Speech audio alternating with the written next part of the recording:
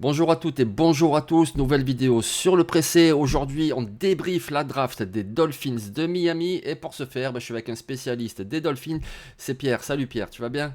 Ouais, super bien. Ça va et toi? Bah oui, ça va bien, on est encore un petit peu sur l'adrénaline de la draft. Voilà, allez, on termine un peu voilà, sur cette excitation avant cette longue traversée du désert l'intersaison. Mais voilà, pour l'instant, ça va encore bien.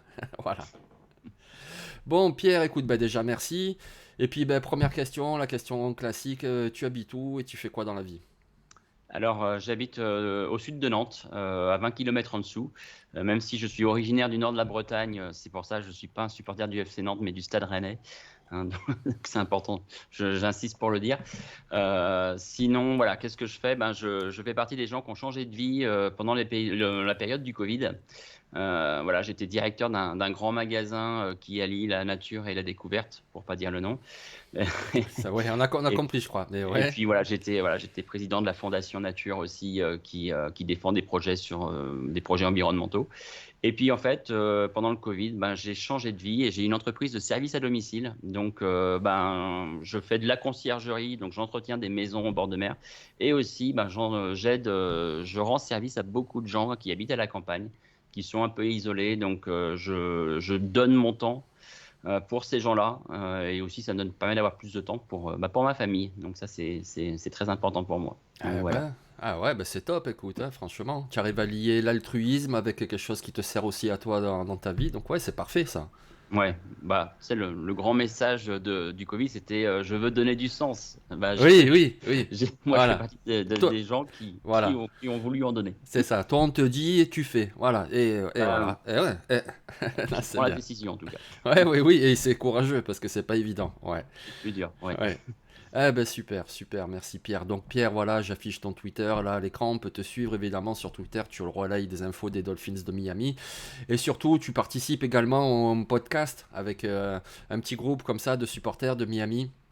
Ouais, on est six en fait. On a un groupe qui s'appelle la Fine Équipe. La fine équipe, Alors c'est bien voilà, trouvé. donc Ouais. on a un Nord-Américain avec Rémi, on a Hugo qui tient Miami Dolphins France, on a Antoine Roissard qui était un punter des Flashs de la Courneuve qui est un fan des Dolphins aussi, et puis on a Lucas qui a le fan club Facebook et Franzola qui est un supporter comme moi, on va dire. Bon, moi je suis le plus vieux de la bande, mais Contre les Bills où Raheem Mostert sort son meilleur match de la saison en fait, en saison régulière où on perd 32-29. Et c'est là où ça a quand même vachement accéléré. Et moi je suis désolé, mais je pense que effectivement, tu l'as très bien dit Hugo et Corentin aussi, on a commencé à chercher les big plays. Il, voilà, on a une bonne petite bande et puis on a une commu qui est assez importante. Oui, Qu'il faut canaliser parce que moi je suis un peu le rabat-joie parce que je leur dis tout le temps les gars arrêtez de rêver parce que à chaque fois ils rêvent du Super Bowl et puis on voit les désillusions après donc en fan des Raiders tu sais ce que c'est aussi oui, hein, oui, ah donc, oui, ça, ouais, ouais, donc, ouais. on est tout feu tout flamme On fin mai connaît. et puis arrive mi-octobre ça commence à s'insulter sur les chats C'est ça. et puis voilà Voilà, oui, c'est ça. On y donc croyait à fond et puis voilà, mais bon. voilà, c'est ça. Donc, puis bon, c'est vrai qu'avec Miami, on en voit toutes les couleurs, mais bon, ça fait quand même, on n'a pas gagné un match de playoff au 21e siècle, donc voilà, on fait le dos rond et on espère que ça va Ouais. arriver. Ah, quand même, il y a des motifs d'espoir, hein, quand même, hein, je veux dire, avant de rentrer dans la draft, même votre effectif, là, je veux dire, une équipe avec du Jalen Waddle, du Tyreek Hill, avec des éléments également en défense, vous faites Ouais, venir Jalen Ramsey, etc. Enfin, quand même, on- hein, motif ouais, non, non, mais d'espoir. Ouais. il y a une direction. Mm. Il y a une direction, il y a beaucoup de décisions qui ont été prises et qui vont dans le sens, et on va parler de la draft aussi, qui vont j'ai donné mon ressenti, mais on a un effectif de qualité et cette draft nous a permis en fait d'accentuer un point fort. Donc c'est une vision des choses que j'aime bien, qui est très nord-américaine. Parce que quand même, il faut le savoir, c'est que en France, on cherche à boucher les trous. C'est notre façon de voir. On dit, bah tiens, on est moins bon là, donc on va drafter là. Là, ils sont partis sur une approche que moi j'ai connue aux États-Unis, c'est renforcer là où on est déjà le plus fort. Et c'est Oui, exactement ce qu'on a fait là-bas, en se disant, bah tiens, il y a eu une opportunité. pour Miami, choix 51. Ça a Ah, été t'es déjà rentré dans le débrief de la draft, Ah toi? ouais, Ah ouais, on n'y je était suis pas à là fond. encore, hein, mais bon, ouais, si tu veux. Mais Non, ouais. mais, non, mais, non, mais en fait, c'était pas prévu ce choix. Non, non, mais on va y aller. Ce que je veux te dire, c'est qu'on va y aller, on va y aller, on va y aller, on va y aller. Mais non, mais Oui. voilà, pour revenir à Miami, voilà, il y a un effectif de super qualité. Hmm. Il y a des petites choses à corriger. Il y a une chose qu'il faut vraiment pas minimiser, c'est l'arrivée de Vic Fangio, parce qu'on parle beaucoup des. Mhm. Et en fait, je pense que la plus-value, la vraie plus-value, c'est lui. Donc on va en parler, mais bon, avec une free agency 100% défensive. David Long, Elliott, voilà, des joueurs comme ça. Bon, je suis plutôt optimiste, mais je suis toujours sur la retenue avec Miami parce que on a un propriétaire qui est capable de nous faire des conneries. Euh, Vous avez perdu un choix de premier tour, là, apparemment, hein. Ouais. Ouais, on a perdu un choix qui nous aurait fait du bien, mais bon, Eh oui. c'est voilà, malheureusement. Et puis moi, je vais te dire en toute transparence, on méritait de le perdre. Donc voilà, c'est le jeu. C'est pas toujours facile d'être fan des Dolphins quand on a un proprio comme ça, mais bon, on fait avec. Allez, ça va, let's go. Ben écoute, je te sens chaud bouillant. Là, vraiment, tu veux qu'on y aille de suite. Et Donc ouais, écoute, allez, on ne traîne pas du tout. On va rentrer dans le choix par choix. Donc cette année, vous aviez que 4 choix de draft, mais quelque part, ça vous change pas parce que l'année dernière, c'était pareil, que 4 choix de draft. Sauf que oui, là, ça commençait quand même au deuxième tour. L'année dernière, c'était le troisième. Et donc au deuxième tour, un choix qui nous a un petit peu surpris. Alors, pas sur le joueur parce qu'il est très bon, je vais te laisser en parler. Mais on s'attendait pas du tout à cette position. Mais tu as commencé un petit peu à l'évoquer justement. Tu vas pouvoir développer. Et donc, c'est Cam Smith, le cornerback de South Carolina, que vous récupérez au choix 51. bah ouais. Bah alors là, c'est typiquement le choix qui s'appelle une opportunité. Mm. Voilà, donc dans le board des Dolphins, il était à peu près 28-29e meilleur joueur de la draft et il était classé 3e meilleur cornerback.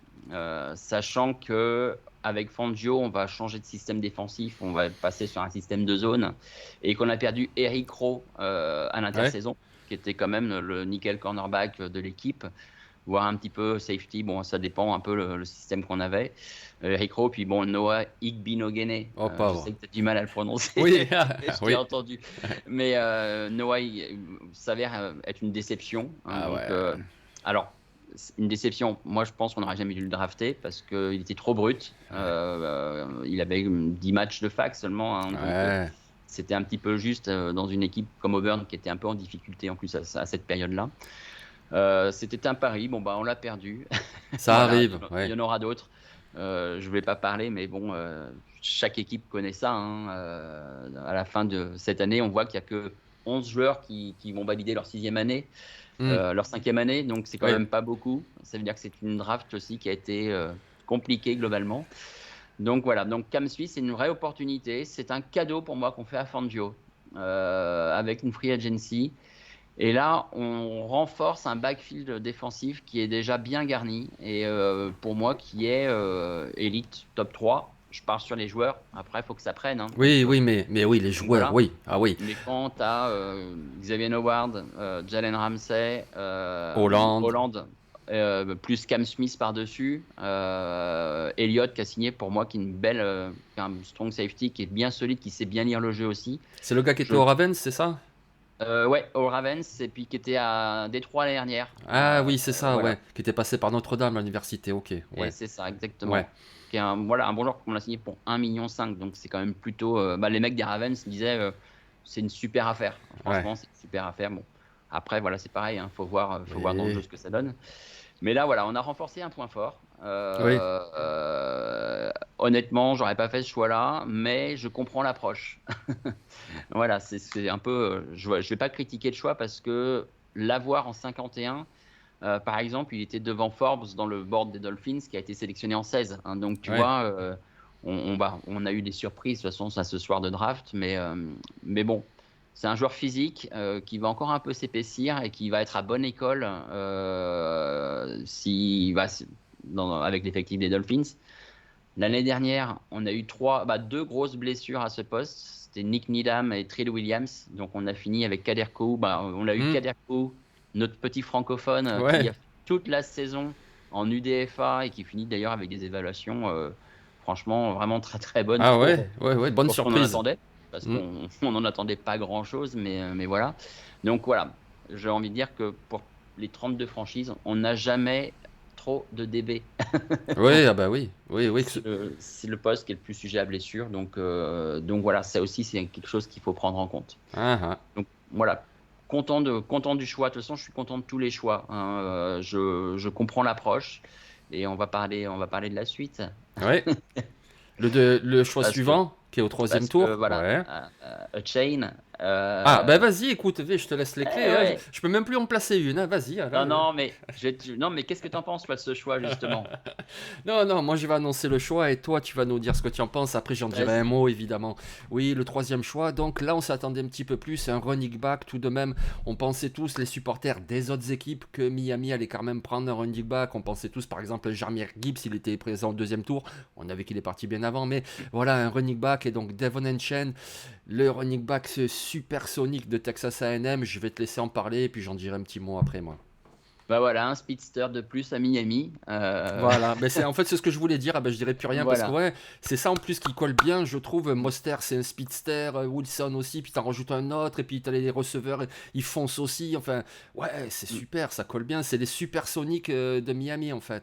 Ouais, et bon, alors, il a pas mal d'avantages. Le premier, ben, voilà, c'est un speedster. Après, il a un centre de gravité qui est un peu plus bas, donc des cuisses assez costauds. Je trouve qu'il tient vraiment bien sur ses jambes. Ce que j'aime pour un running back aussi, c'est qu'il sort de 2 saisons complètes, donc il n'arrive pas à abîmer en NFL. Pour moi, c'est important sur ce poste, Ouais. parce que bon, on a trop vu de running back qui finissaient, qui étaient vraiment dans le dur à la fin de la première année. Et autre avantage, c'est que c'est aussi un excellent retourneur de coups de pied. Oui, Et oui, à la base, on n'en a pas, parce que c'est comme Cédric Wilson qui était notre tourneur l'année dernière, qui était un joueur qu'on a payé un peu cher, mais bon, on l'a acheté, on l'a pris avant l'opportunité Hill. Donc le pauvre, comme je dis, ouais, il y a qu'un ballon sur le terrain, hein. Donc ouais. t'as Waddle déjà, t'as Hill, bon bah forcément le troisième receveur, ben il ramasse les miettes, quoi. Et ouais, ouais, ouais, ouais. Donc on lui avait donné un poste. Et là, Chain, bah voilà, là je pense qu'on a un vrai spécialiste. Je pense même qu'il peut vite prendre le lead sur notre corps de running back, même si la rumeur Cook est encore là Ah, et elle n'est pas infondée du tout, ah puisque ouais, ouais, je serais pas toujours. surpris. Ouais. Alors, il faut savoir qu'au 1er juin, on récupère 13 millions de cap.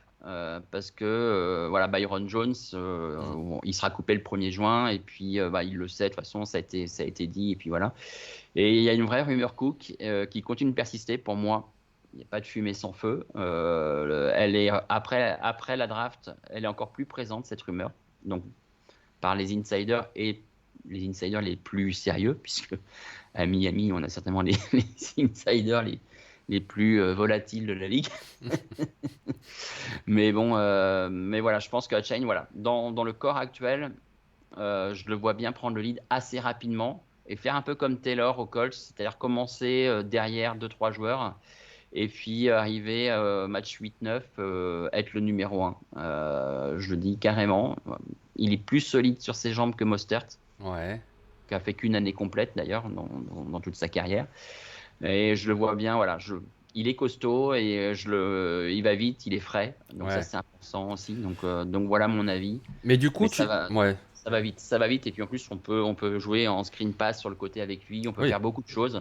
C'est un mec, on peut l'utiliser un peu à toutes les sauces. Et mis à part le manque de taille peut-être qu'il a, je ne vois que du positif chez lui. Donc voilà. Mais du coup, tu lui vois un changement de rôle en cours de saison, là, parce que le gars, il peut pas être le premier retourneur, il peut pas être le premier coureur, Non. etc. Donc, il commencerait, si j'ai bien compris, comme plutôt retourneur, et puis le running back numéro 2, numéro 3. Et en cours de saison, ben, peut-être un peu moins retourner les coups de pied pour éviter les risques de blessure, mais des portées plus importants en tant que coureur. Je le vois bien comme ça, ouais. Je le Hmm. vois bien comme ça. Alors après, c'est toujours pareil. C'est un poste où on peut se blesser très très vite, hein. Il y Oui, a, on a il vu y a 2 ans, on a Brissiol, ouais. commencé, avec des gars, avec Gaskin et tout, puis on a fini avec Duke Johnson et qui était, voilà, on a fini avec des running backs qui étaient même pas dans le staff, dans l'équipe, dans le roster en septembre. Ouais, ouais, Donc voilà. Mais je le vois. Pour moi, il a un potentiel supérieur à ce qu'on a aujourd'hui, hein. ouais, je Donc pense aussi, ouais. Ouais. voilà, assez largement. Ok. Bah, du coup, voilà, tu vois, un très bon choix parce que très bon joueur. En plus, ça fit bien vraiment les besoins, etc. Donc, ça paraît très très solide. Le choix suivant, c'était pas avant le sixième tour. Et là, je vais compter sur toi pour m'en parler parce que Elijah Higgins, franchement, je l'ai pas trop regardé. Alors, je sais qu'il était receveur en Stanford. Certaines annoncent peut-être Titan, etc. Mm. Donc, qu'est-ce que tu en penses? Alors, c'est le remplaçant de Gesicki. Ah ouais, ah ben Titan alors, d'accord. Voilà, Ouais, on va parler comme ça. Gesicki, qui était un ouais. tight end, mais qui jouait plutôt receveur qu'autre Oui, chose. oui. Parce que sa capacité de bloc était était très, très faible. Ouais. Je pense qu'il n'en avait pas envie, surtout. Donc voilà, beaucoup de choses se sont dites à Miami, mais le mec, voilà, il voulait plus de ballons et c'est un ancien basketteur, Gesicki, hein, donc je pense que c'était son truc. Il voulait le ballon dans les Et mains, ouais. voilà, donc receveur, Thailand, moi je pense que voilà, il servira dans la end zone. Je pense qu'on l'a pris pour ça et pour avoir une solution de receveur puissant pour jouer dans la end zone. Parce que Thailand, j'entends beaucoup de choses, mais franchement, non, il a pas non plus le corps d'un Thailand. Ouais. Il est encore un petit peu léger. Ce qui est bien, par contre, c'est qu'il court très très vite. Une fois qu'il est lancé, franchement, ça galope. Et ça, Gesicki, c'était pas possible. Et il a pas peur d'aller mettre la tête. Donc voilà, c'est pour ça que certains le voient un petit peu receveur Thailand, mais moi je le verrais plutôt en receveur puissant, Ok. qui sera utile sur juste certaines phases de jeu, hein. Donc, si le mec était si puissant, si fort que ça, de toute façon, il aurait été drafté au 3-4e tour. Oui, Faut pas oui, se oui. leurrer, Oui. hein. Ouais. Quand tu le trouves au 6e tour, Ouais. à son projet, il n'y avait que 2 équipes sur lui, donc c'est pas non plus. Voilà. Hein, c'est typiquement le joueur qu'on va prendre sur des phases très spécifiques et qui va remplacer sûrement un joueur qu'on risque de couper. C'est Eric Ezukanma qu'on avait drafté au L'année 4e dernière? tour l'année Ouais. dernière Ah ouais. et qui a des grosses difficultés à apprendre le cahier de jeu. Ah, Donc voilà, ça l'a pas fait du tout cette année. ouais. Il a fait 1 ou 2 apparitions, je crois. Il était dans les 53, mais il était inactif au début de chaque match. Je ne serais pas surpris que ce soit au mieux practice squad sur lui et je vois Higgins faire un peu comme lui. Donc voilà. Il peut être utile sur les phases de jeu spécifiques. Maintenant, voilà, c'est chez nous, receveur, C'est petit, rapide. Ouais. c'est petit, rapide et Ouais. il n'y a pas de place pour tout le monde, hein. Ouais. Ouais. Donc voilà, parce qu'on a pris aussi, je crois, Anderson, on a Cédric Wilson en plus, on a Crackraft, on a des bons joueurs. Bon, on a Berrios, mais je pense qu'il passera pas les camps non plus. Donc voilà, non, il y a du monde. En Thaïlande, il n'y a personne. Mais Ouais, c'est ce qui m'a surpris, franchement, de votre draft, hein. C'est l'absence de sélection d'un Titan. On pensait bah tous qu'il ouais, prendrait un Titan. ouais. Mais là, on va aller chercher un vétéran qui bloque. Ouais, oui, bah oui, du coup, c'est plus Parce ça le que besoin. Ouais. Bah ouais, parce qu'à Miami, comme je dis, il n'y a qu'un ballon. Hmm. Et le Thailand, il sert à quoi? C'est un all-line de plus. Voilà. Hein, pour ça que Durham Smythe, on l'aime bien. Oui. Qui a été re-signé C'est d'ailleurs, il me voilà, semble. qui a été re-signé, voilà, un bon petit contrat, qui est en plus une personne importante dans le vestiaire. On a Ingold en fullback, faut pas Ah, bah oublier oui, oui, dans c'est vrai. l'esprit, dans cet esprit-là aussi. Oui, oui. Ça fait qu'on a une line en fait de 7 joueurs. Ouais. Parce qu'il faut protéger Jésus, tu vois. Ouais, attends, il est fragile quand même, donc ouais, ouais. Ah Et ouais, il puis est il est bon, fragile. donc il faut. Ouais, ouais. Bah ouais, quand il a le temps de lancer, Ouais, ouais. il est précis. C'est pas ça Hmm, arrive très très vite en fait dans les hmm. mains des receveurs. Donc c'est ça qui est bien. Après, Ouais. voilà, tu le sais, hein, Miami est dépendant de la santé de Tua. Eh Donc ouais, ben justement, puisqu'on parle de protéger Tua, eh ben le dernier choix de la draft, même si c'est qu'un choix du septième tour, on va pas hmm, s'emballer, etc. Mais quand même, c'est un tackle offensif. C'est pas ouais, un inconnu du tout. C'est Ryan Hayes qui vient de, sans doute, c'était une des deux, trois meilleures lignes offensives du pays l'année dernière. C'est ouais. Michigan. Donc Ryan Hayes au septième tour, moi, ça me paraît pas mal, hein. Alors, ça me paraît pas mal. D'après tout ce qui se dit aussi, il sera en concurrence avec un UDFA qu'on a drafté de Michigan State.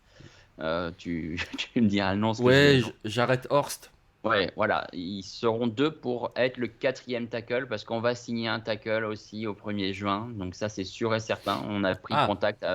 on a eu les visites de tout le monde là en fait. On a eu Lewan, on a eu Fant, on a eu Lewan qui a dit ouvertement qu'il aimerait bien venir à Miami.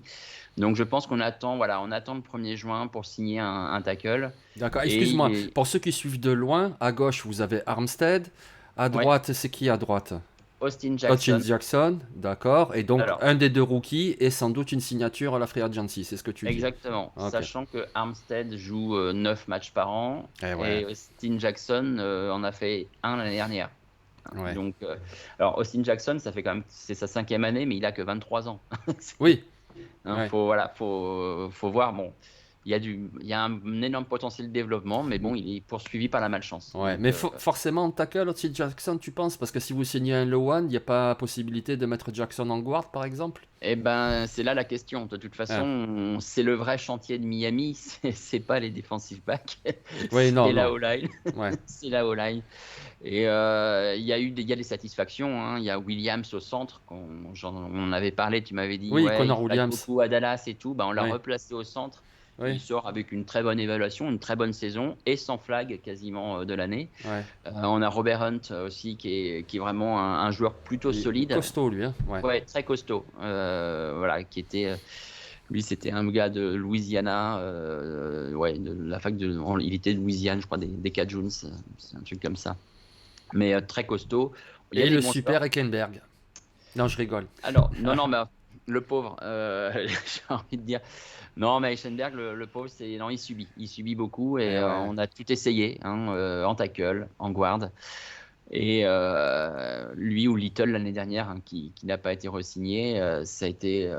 Bon, ils ont vécu un calvaire. Il est encore là cette année. On ne sait jamais, hein. Moi, j'y crois toujours. De toute façon, il faut croire en joueurs. Donc voilà. Mais bon, il y a un problème de puissance, il y a un problème de pied aussi. Il a toujours tendance à avoir la demi-seconde de retard à chaque snap. Et bah, du coup, c'est rédhibitoire, quoi. Eh ouais.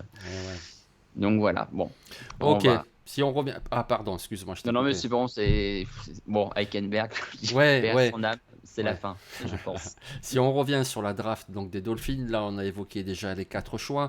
On a parlé un petit peu de Jarrett Horst de Michigan State qui pourrait peut-être lui aussi lutter pour ce spot. Et puis il y a 2 autres signatures après la draft qui toi tombent plutôt plus. C'est le defensive tackle Brandon Pili de USC et puis le linebacker Aubrey Miller qui nous vient du second niveau universitaire. Il vient de Jackson State. Voilà, donc 2 joueurs à surveiller. Pourquoi? Bah, parce que il y a 2 postes vacants dans ces positions-là. C'est pas compliqué. Raekwon Davis est souvent blessé et puis en fait on n'a pas de nose tackle du tout. Donc pourquoi Pili? Ben, parce qu'il correspond, il fit. Il a été pas mal scouté dans l'année puisqu'on a pas mal été voir USC au cours de l'année. Et aller avec 10-15 livres de plus, un peu de technique, ça peut être un backup solide, je pense, hein, sachant qu'en général, les defensive tackles, on peut toujours en trouver en 5-6e tour, Oui, voire en oui. UDFA. Hein, donc, C'est ce que c'est vous des avez. poten- C'est ce que vous avez fait, il me semble, il y a quelques années avec John Jenkins, qui depuis est parti, Oui, et d'ailleurs il est venu chez nous, là, à Warders. Ouais, ouais, qui est un joueur solide. ouais. Bah, en fait, c'est un excellent backup solide. Et Mm, mm. bon, souvent à ce poste-là, on joue des snaps quand même. Eh oui, oui, Ouais. il faut qu'il tourne, les gars, hein, c'est... Ouais, Ah faut ouais, qu'il tourne. ouais. Et nous, il nous a pas déçus. On était déçus qu'il parte. Mais bon, mais voilà.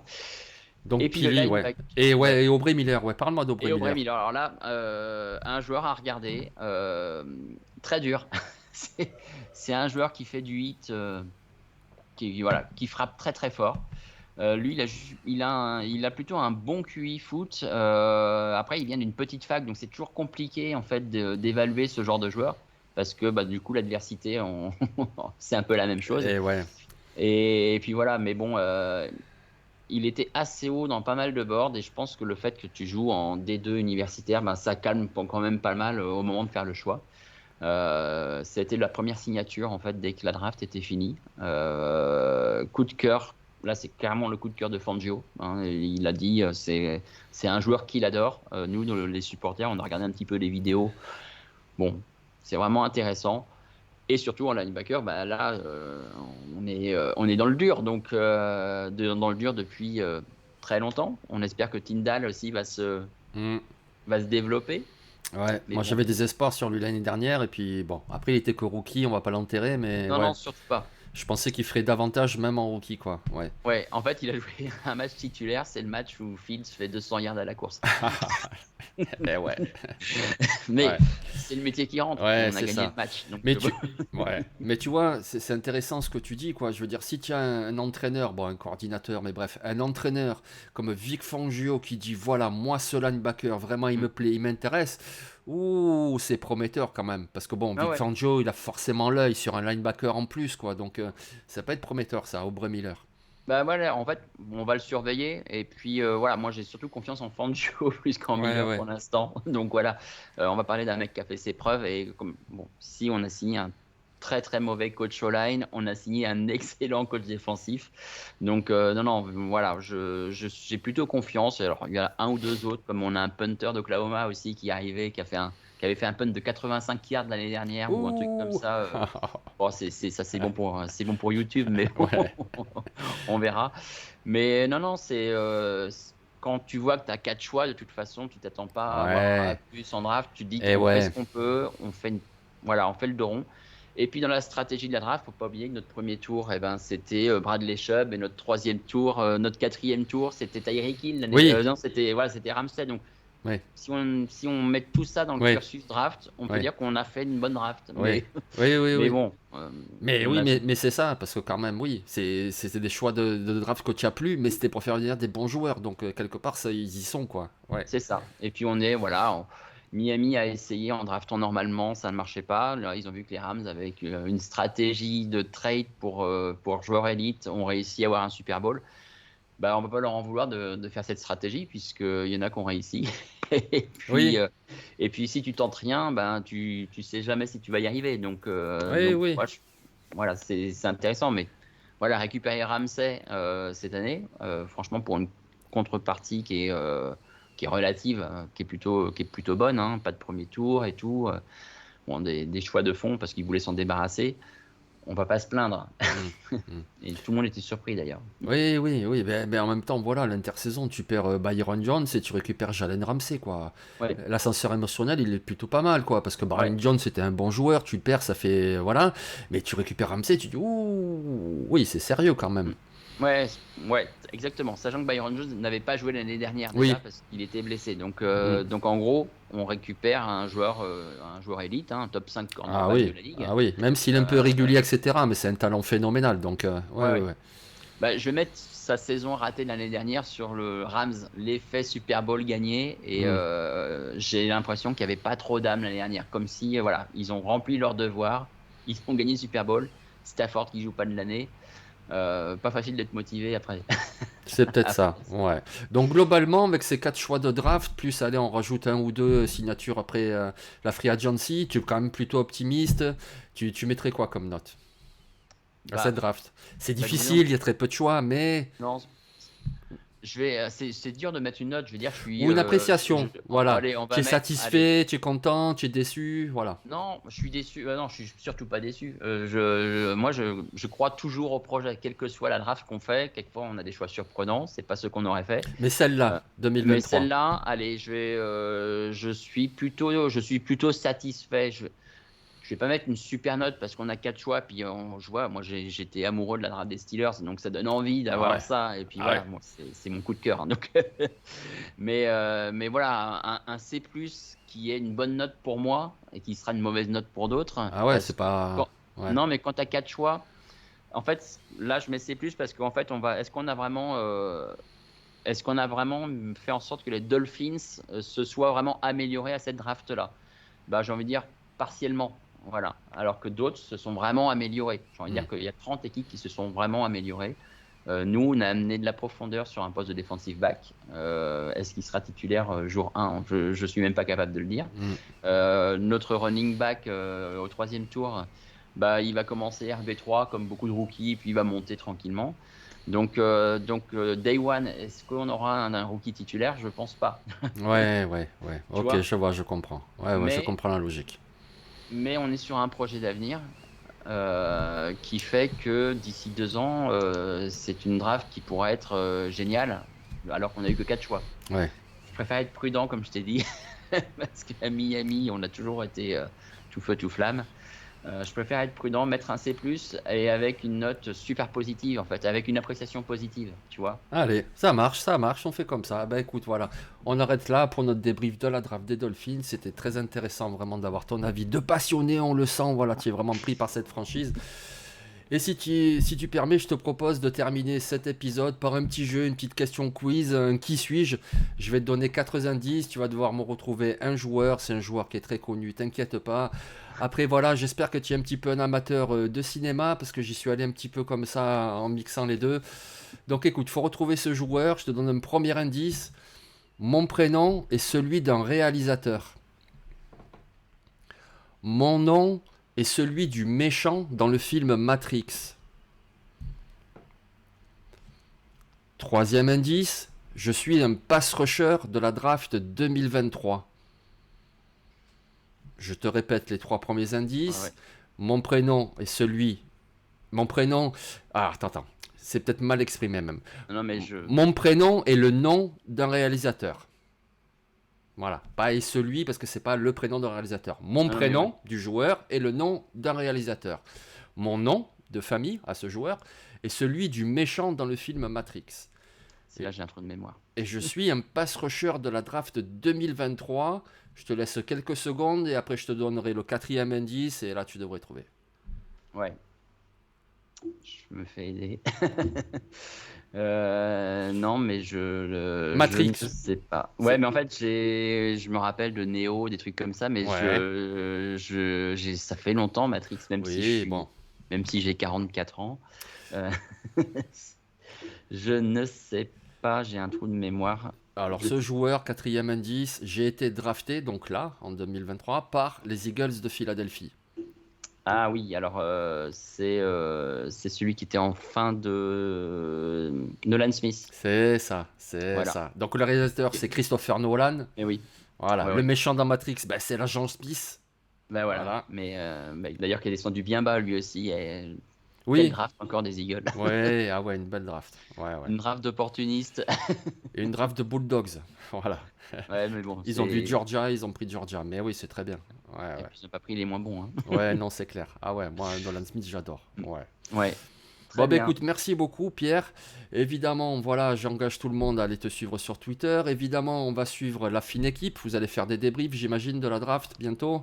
Ouais, il y en a eu un petit Il y en par a eu, Rémi. hein? En Ah fait, ben, on va faire des petits formats maintenant parce que bah, c'est assez compliqué. On a des vies trépidantes tous et c'est compliqué de trouver du temps.